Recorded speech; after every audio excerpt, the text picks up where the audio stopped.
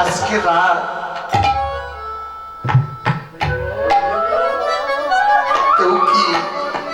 কেউ বলতে পারবে এমন রাত 1 বছর পরে ফিরে আসবে? এমন রাতে বসে বসে ভক্তের সঙ্গ করব, বলতে পারি না কেন। 1 বছর যদি জীবনে আর ফিরে না আসে,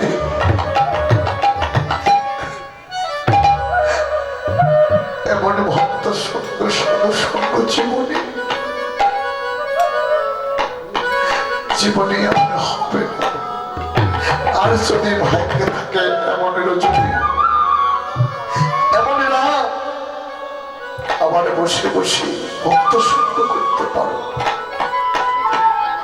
তাই বলছি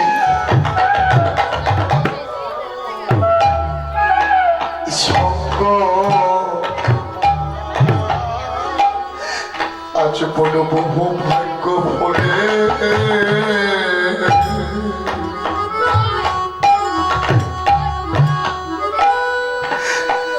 আমাদের মিলে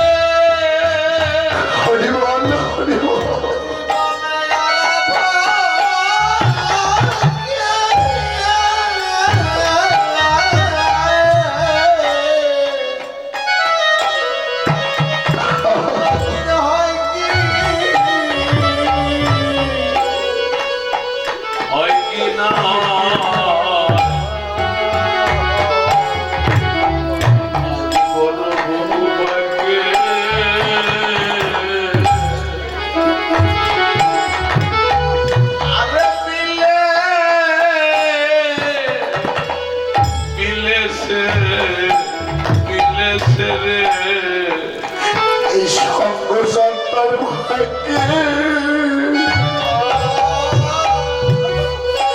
ঘটে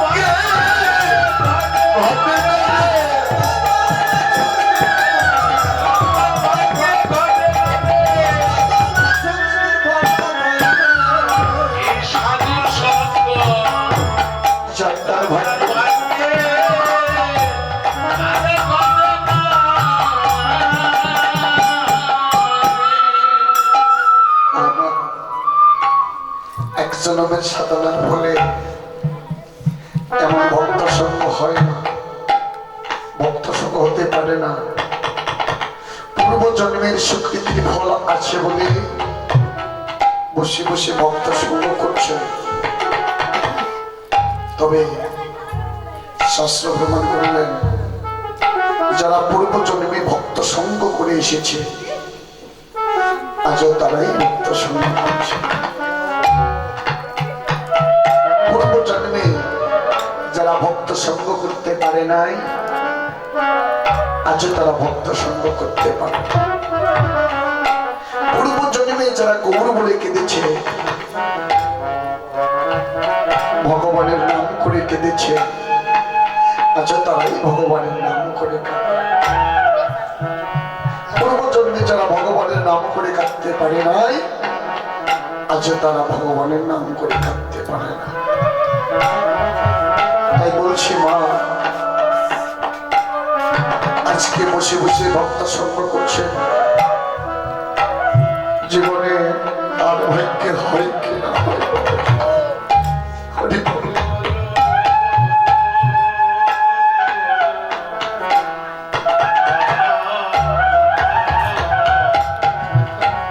জীবনে আর ভাগ্য হয় কি না হয় বলা যায় না, ভাগ্যের কথা। জীবনে আর ভাগ্য হয় কি না হয়। বসে বসে ভক্ত সঙ্গ করছেন ভক্তিমতী মায়েরা, তবে আজকে তারা কখনো বিফলে যাবে না। এই রাতে সাক্ষী দিবে, এই রাতে বলে দিবে তোমার ভক্ত কোনদিন তোমার গুণকীর্তন করতে পারে না, কিন্তু একটি রাত বসে বসে ভক্ত সঙ্গ করেছিল, তার বিনিময়ে তোমার চরণের দাস করে নাও।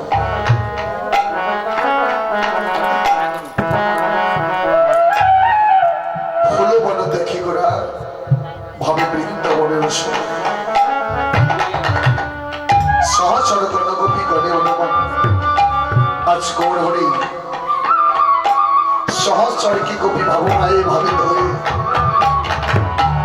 এমনি ভাবে বলে দিলেন, ভাবলেন এটাই তো সেই গোপী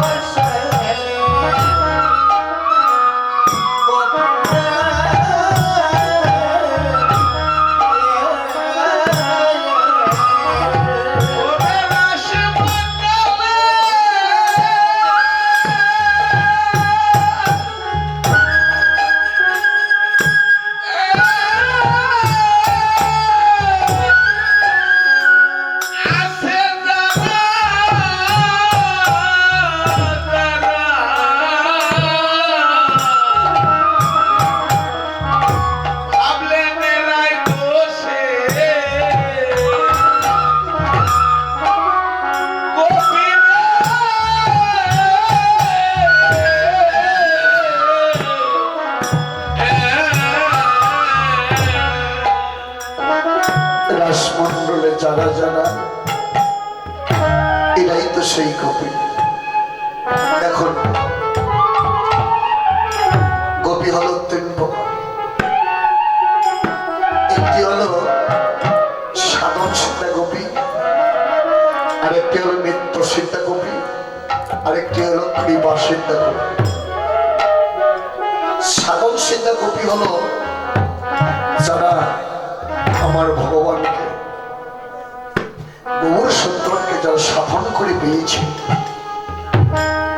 পূর্বজন্মে যারা মুনি ঋষি ছিলেন, যোগী ঋষি ছিলেন, সাধন করে যারা পেয়েছে তাদেরকে বলা হয় সাধন সিদ্ধা গোপী। আর নিত্য সিদ্ধা গোপী যারা নিত্যই যারা আমার প্রভুর আরাধনা করে, আমার প্রভুর ভজন করে, আমার প্রভুর সাধন করে, এরা হলে নিত্য সিদ্ধা গোপী। আর কৃপা সিদ্ধা কবি আমরা সকলেই।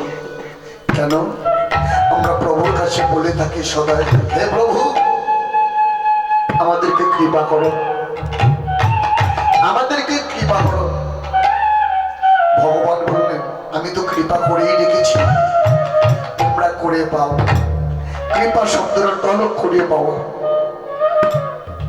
কৃপা শব্দের অর্থ হলো করে পাওয়া। তাই বললেন এরাই তো সেই গোপী। এই যে গোপী, গোপিকারা যারা গোপনে গোবিন্দ ভজে তারাই তো গোপী। এই যে মা, ভজন হলো গোপন,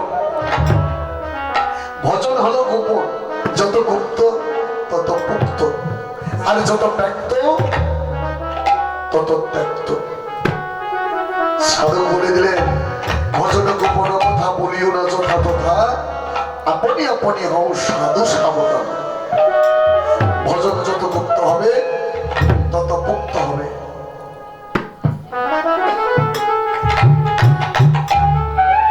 তাই বলেন এরাই তো সেই গোপী। এই বৃন্দাবনে যারা যারা, রাসমণ্ডলে যারা যারা গৌরী সহস্রটি গোপী ভাবনায় ভাবিত হলেন। শুধু তাই নয়, আরো বলে দিলেন আমার খুলো তালে তালে তালে গোড়া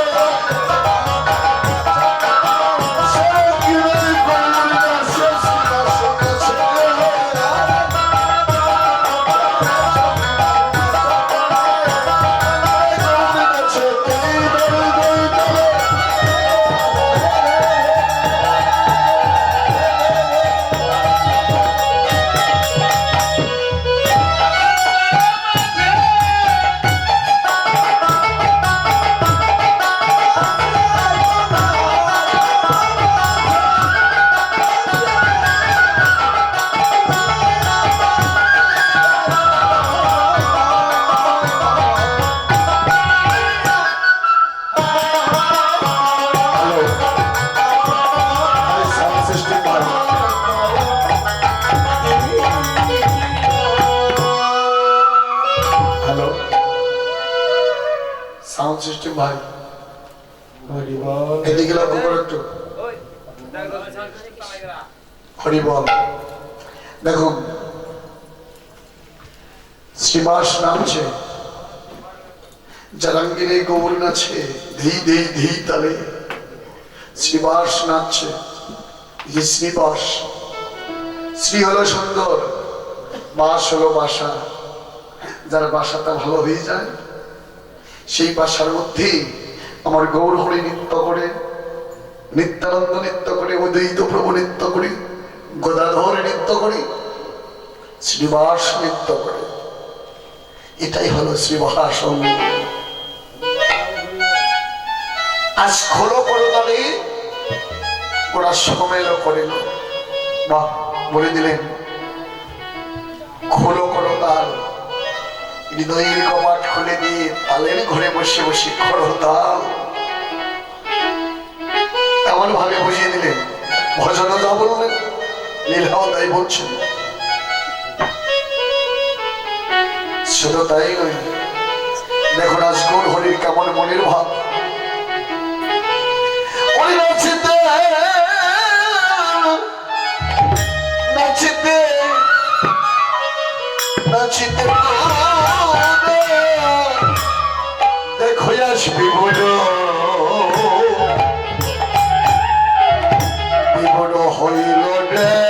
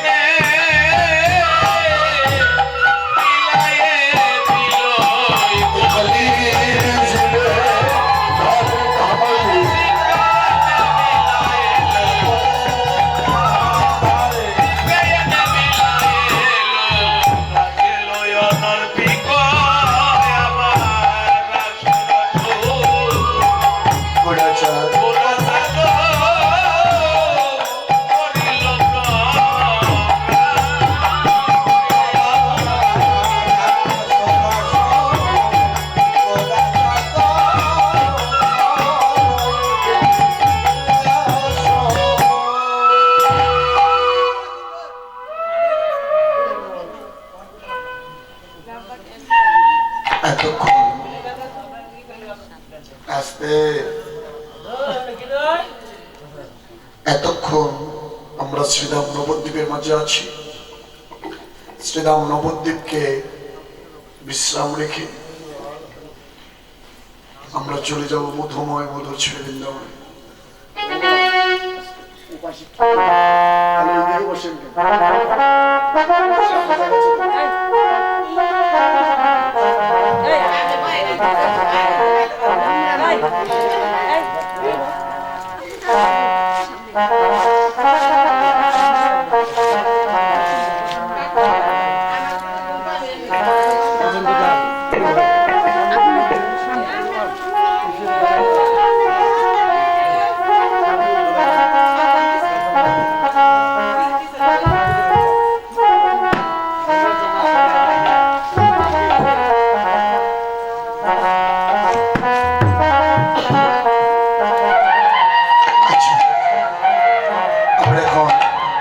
মধুময় মধুর শ্রী বৃন্দাবনে চলে যাব।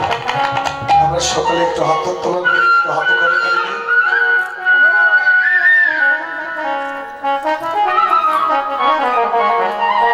এইভাবে নয়, কিভাবে যাব?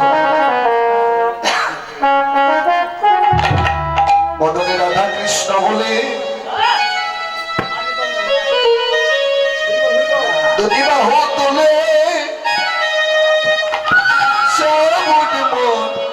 মধুরে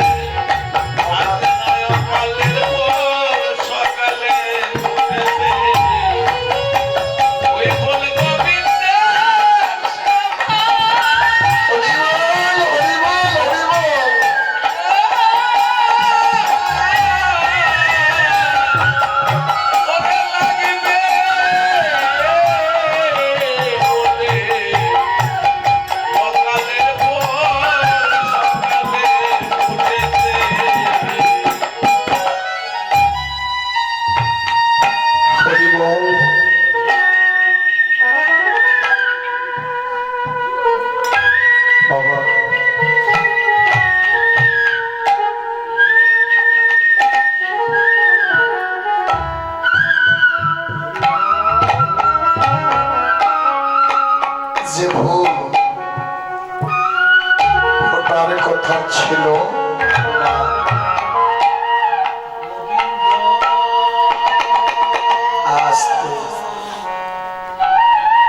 যে ভুল ভোটার কথা ছিল না মাগো, সেও ফুল পুষ্পরিত হইয়াছে। কেন? গোবিন্দের সেবায় লাগবে বলে সেও ফুল পুষ্পরিত হয়ে আছে।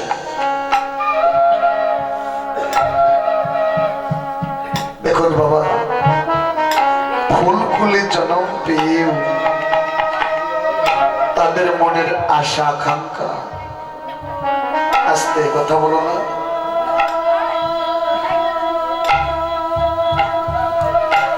ফুলকুলে জন্ম পেয়েও তাদের মনে আশা আকাঙ্ক্ষা যদি গোবিন্দের সেবায় লাগতে পারে,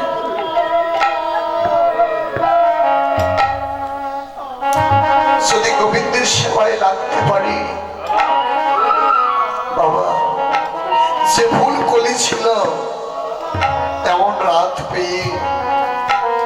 রজনী পেয়ে সেও ফুল পুষ্পিত হয়ে আছে।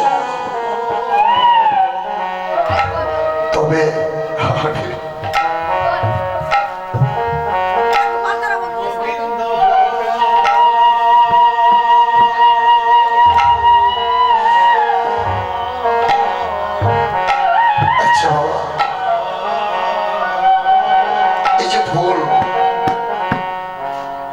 সকল ফুলের আশা কি পূর্ণ হয়? হয় না। সকল ফুলের ভাগ্য কিন্তু একরকম নয়, যদিও এক বৃক্ষে একই কারণে ফুটে আছে। দেখুন, বাস্তব অনুমানের কিছু নয়। কোন ফুল মালা হয়ে বিয়ের বাসরে বরকনের গলে ঝুলে, আবার কোন ফুল মালা হয়ে শ্মশানেও চলে যায়।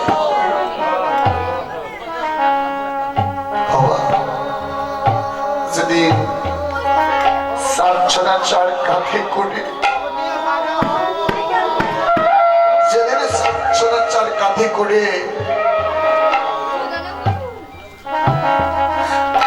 নিয়ে যাবে শ্মশানে ঘাটে, সেদিন দেখবি গলায় ঝুলে চলে যাচ্ছে ফুল, মালা হয়ে চলে যাচ্ছে। আবার ওই ফুল মালা হয়ে আমার রাধা গোবিন্দের খুলে ঝুলছে। তাই বলছি বাবা, সকল ফুলের আশা একই রকম নয়। যেমন একটি বৃক্ষ মাঝে অগণিত অসংখ্য ফুল পুষ্পিত হয়ে আছে,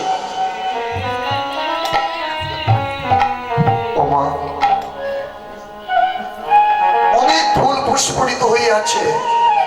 কিছু ফুল পূজারী চয়ন করি আমার গোবিন্দের সেবার জন্য নিয়ে আসলে,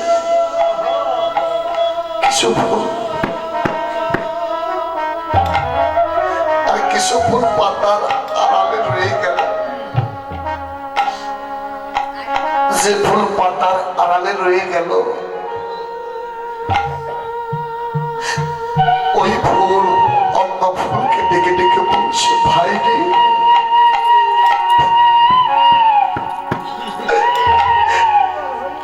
আমাদের সাথে সাথে ছিল যারা, গোবিন্দের চরণে স্থান পেল তারা, ভাইরি ফুলগুলি জন্ম পেয়েও বুঝি সুখ হল না। ফুলগুলি জন্ম পেয়েও বুঝি লাভ হল না। কিছুক্ষণ পর আমাদের ঝরে পড়তেই হবে, ঝরে পড়তেই হবে। এই বৃক্ষে থাকার মতো অধিকার থাকবে না।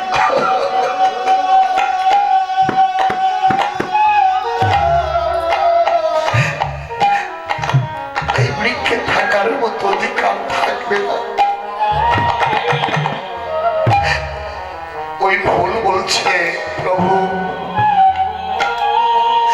তোমার সেবায় নাই বা লাগলাম, তাতে দুঃখ রইল। তবে তোমার কাছে আমাদের একটি নিবেদন,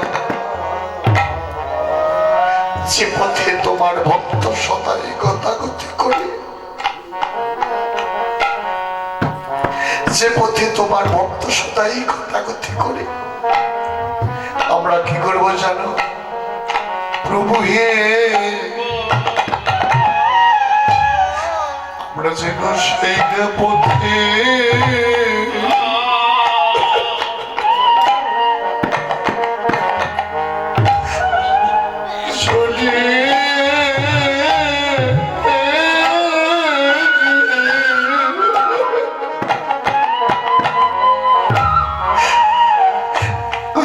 বলি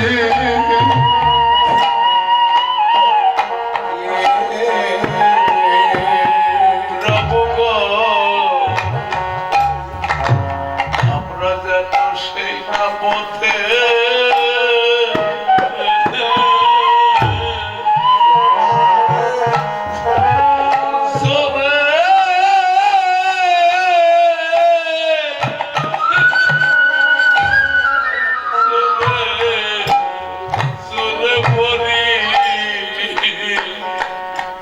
প্রভু হে আমরা যেন সেনা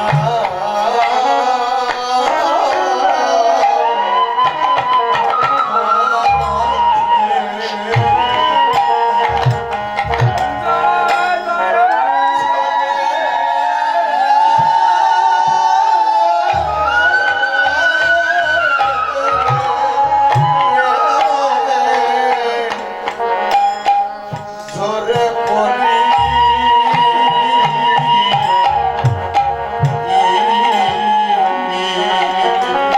সে পথে তোমার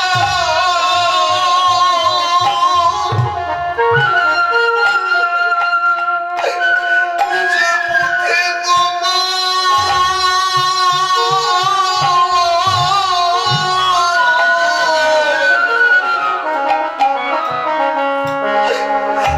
সে পথে তোমার ভক্তি সদাই কথা গতি আমরা যেন সেনা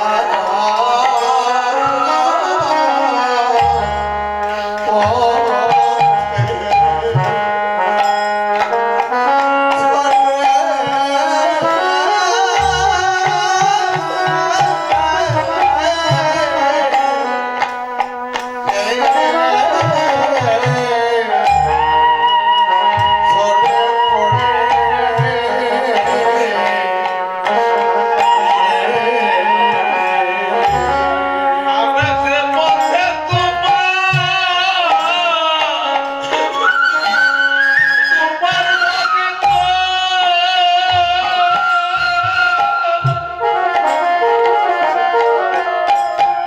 যে পথে তোমার ভক্ত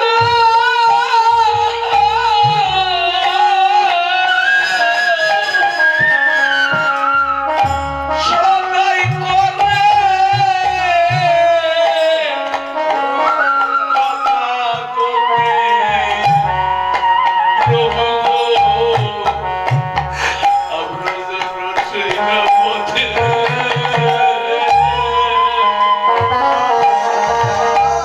ছড়ে পড়ি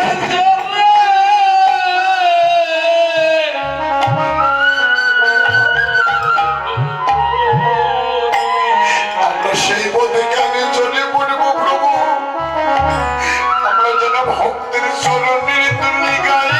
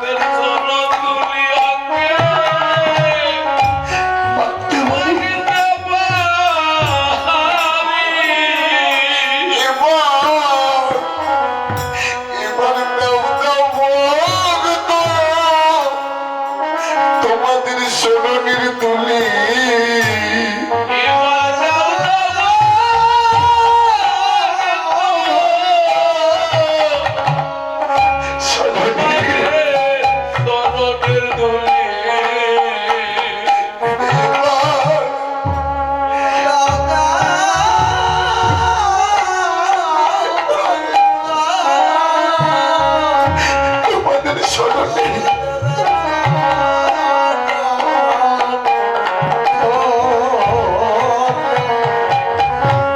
এই ধুলি মাথে লয়ে হরি বল হরি মুখে হরি বলি এবার দাও দাও হরি বল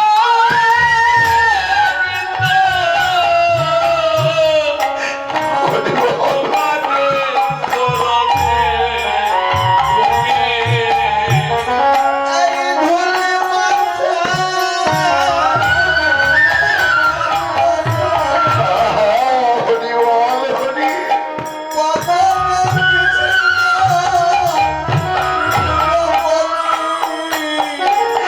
এবার দাও দাও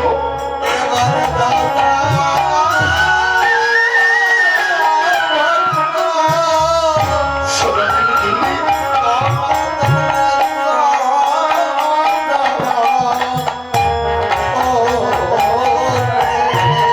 এই দুনিয়া জীবনে বহু ভাগ্য ফলে আমাদের মিলেছে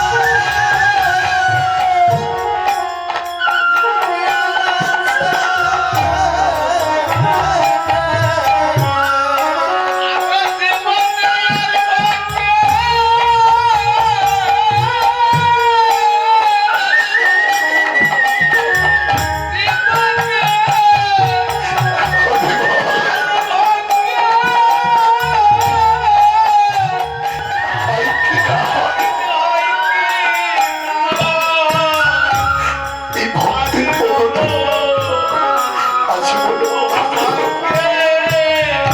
মিলেছে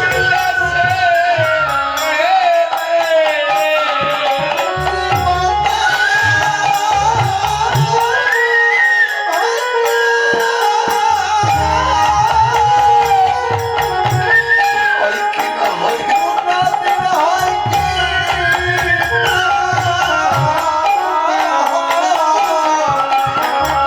এই ভক্তির পদটা আছে বলে বহু ভাগ্য ফলে মিলেছে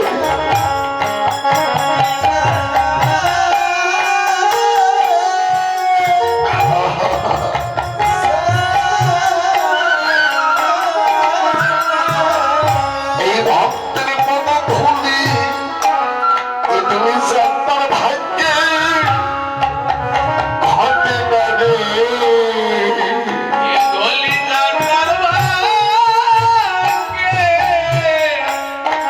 ঘটে না রে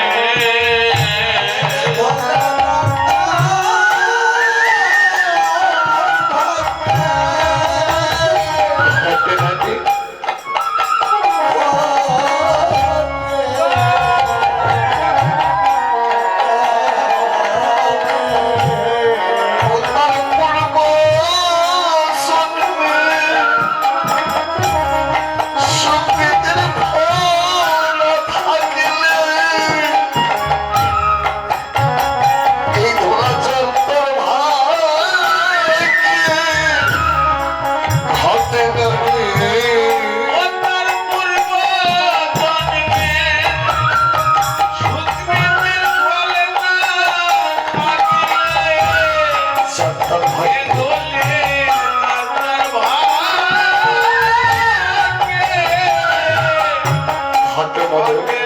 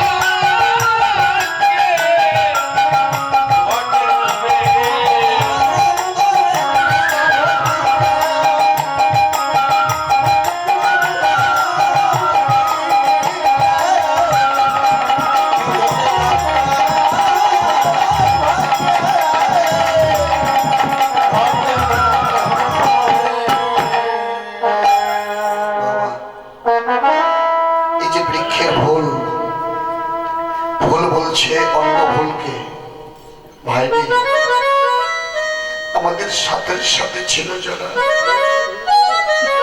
গোবিন্দের চরণে স্থান পেল তারা একই সঙ্গে একই কাননে একই বৃক্ষে পুষ্পরিত হয়েছিলাম, কিন্তু গোবিন্দের সেবায় লাগতে পারলাম না। তবে হে গোবিন্দ, তোমার সেবায় নেই বা লাগলাম তাতেও দুঃখ নেই, কিন্তু তোমার ভক্ত যে পথে সদাই গতাগতি করে, যে পথে সদাই গতাগতি করে, সেই পথে যেন আমরা চলে পড়ি। কেন চলে পড়ব? ভক্তের পদধূলি তোকে মাখতে পারবো, ভক্তের পদধূলি তোকে মাখতে পারবো।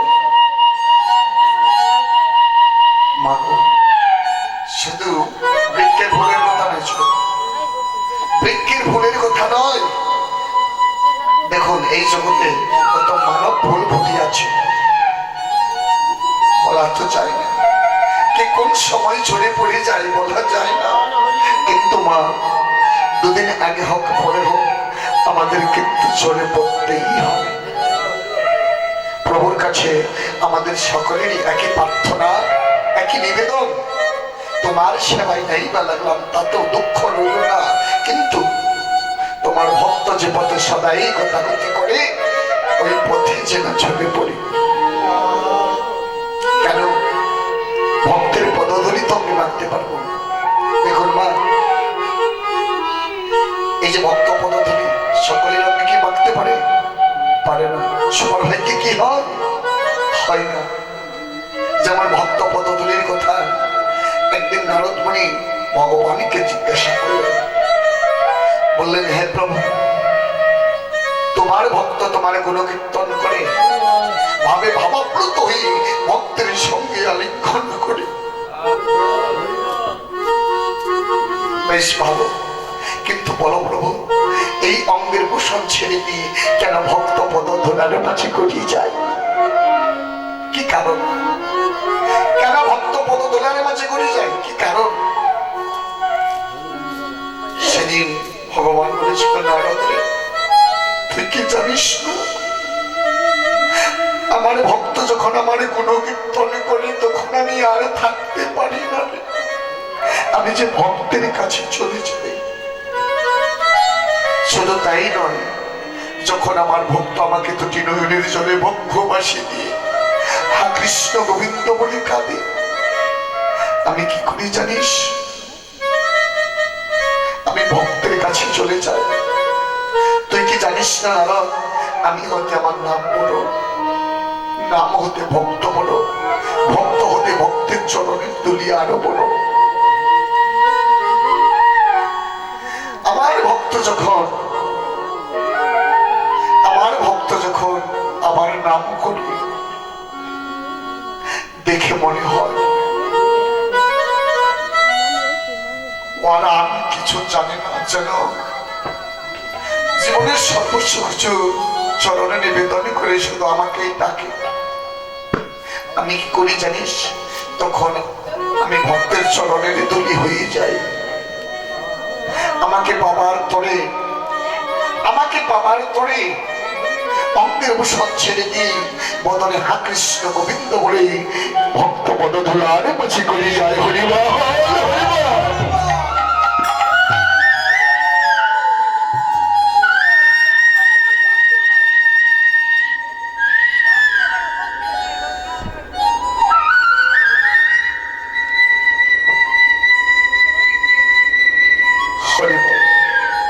দেখুন, ভুল করে জনপ্রিয় তারা ভগবানের চরণের আশাকাঙ্ক্ষা করছে, ভগবানের সেবায় লাগবে, কিন্তু মানব ফুল ফুটে কোনোদিন কোন সময় সেই চরণের কথা ভাবলাম না। দেখুন, ভুল এমন ভাবে বলে দিলেন, কি বলে দিলেন? ভাবে বললেন, কিভাবে বললেন? কিবা ভুল বললেন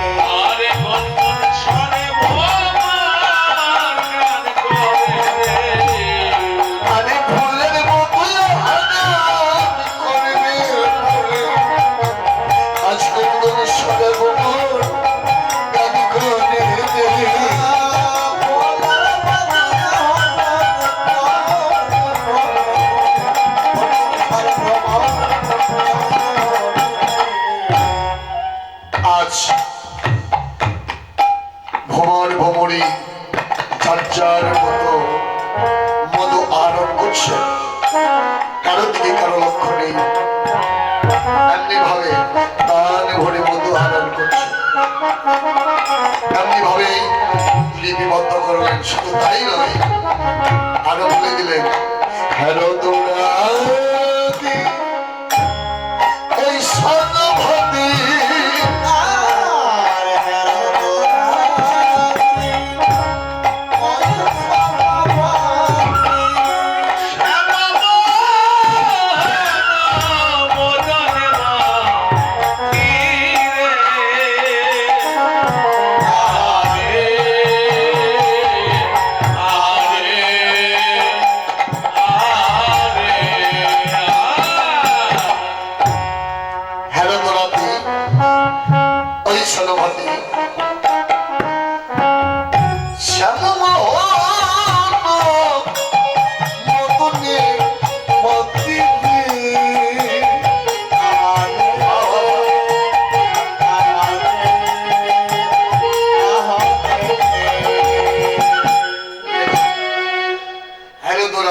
সনবতী শ্যামমোহন মদনীমতী। যেমন প্রতিদিন গোপীরা রাসলীলা করে, রাসের চাকা ঘোরায়, এত আনন্দ হয়। কিন্তু আজকেও রাসের চাকা ঘোরাবে, কিন্তু আজকে রাসের চাকা ঘুরছে না।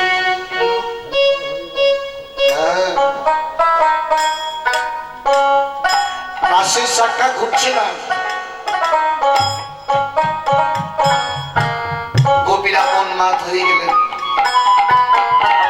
কি হলো বলে প্রতিদিন রাসের চাকা ঘুরে, আজকে ঘুরছে। আরেক নাগরী বলছে, আরেক গোপী বলছে, মনে হয় এই রাসমঞ্চে কোন কামুক ব্যক্তি প্রবেশ করেছে, তা না হলে রাসের চাকা ঘুরবে না কেন? গোপী বলছে, এই রাসমঞ্চে কামুক ব্যক্তি প্রবেশ করেছে, কিভাবে বুঝবো? সকলেই তো গোপী। বলছে কায়দা আছে। আস্তে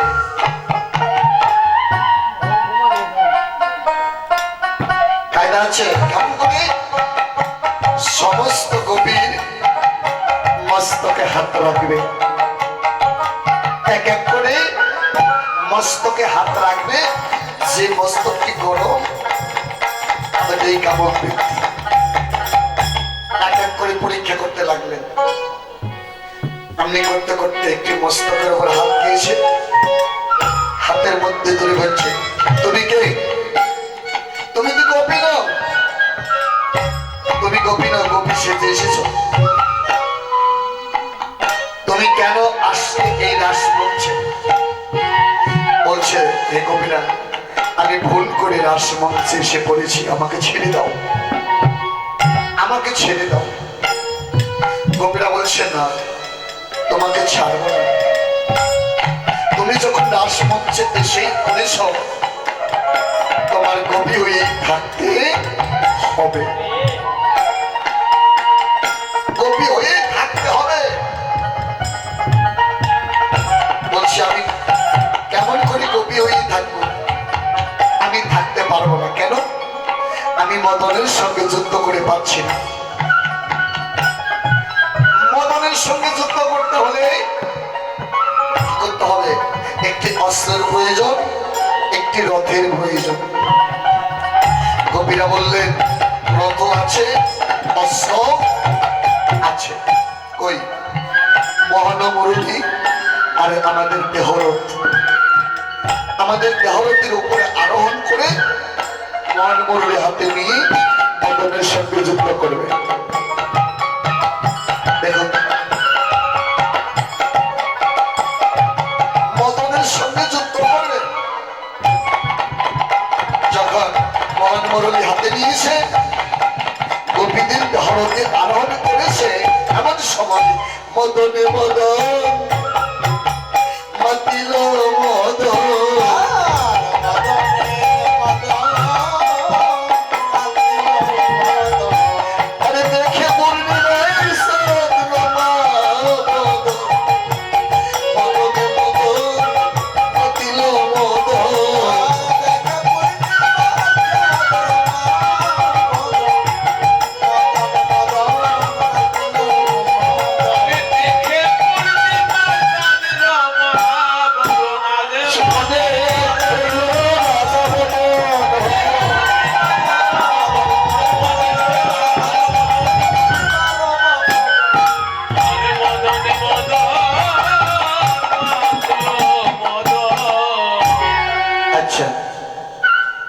মদনের কথা বলছি, মদনে মতন, মদন মাতিল মদন। আসলে আমাদের বুঝতে হবে বা জানতে হবে মদনটা কি, মদন কাকে বলে। আচ্ছা আস্তে আস্তে রবির আসলে বলে জানে কি বলছে, কি মদনের কথা